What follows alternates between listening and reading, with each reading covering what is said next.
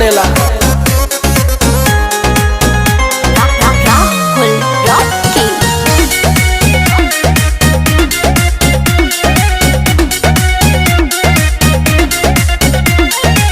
चैती बयरिया मचौले बतबाही, लस लस देह करे आवेला जम्हाई।